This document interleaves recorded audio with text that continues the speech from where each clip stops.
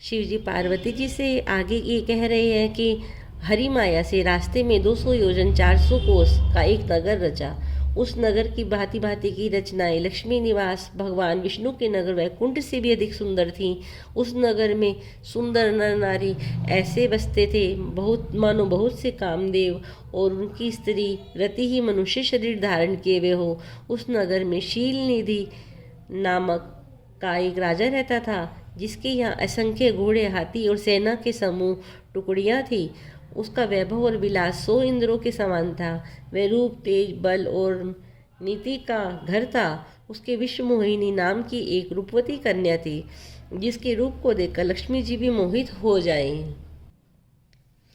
वह सब गुणों की खान भगवान की माया ही थी। उसकी शोभा का वर्णन कैसे किया जा सकता है। वह राजकुमारी स्वयंवर करना चाहती थी। इससे वहाँ पर अगणित राजा आए हुए थे। खिलवाड़ी मुनि नारद जी उस नगर में गए और नगरवासियों से उन्होंने सब हाल पूछा। सब समाचार सुनकर वे राजा के महल में आए। राजा ने पूजा करके मुनि को आसन पर बैठाया और फिर राजा ने राजकुमारी को लाकर नारद जी को दिखलाया और पूछा कि हे नाथ, आप अपने हृदय में विचार करके इसके सब गुण दोष कहिए। उसके रूप को देखकर मुनि वैराग्य भूल गए और बड़ी देर तक उसकी ओर देखते ही रह गए।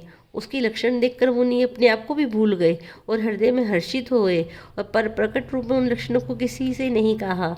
लक्षणों को सोचकर वे मन में कहने लगे कि जो इसे ब्याहेगा वह अमर हो जाएगा और रणभूमि में उसे कोई जीत नहीं सकेगा। यह शील निधि की कन्या जिसको वरेगी वह अचर अचर जीव उसकी सेवा करेंगे। सब लक्षणों का विचार कर मुनि ने अपने हृदय में रख लिया और राजा से कुछ और अपनी ओर से बनाकर कह दिया।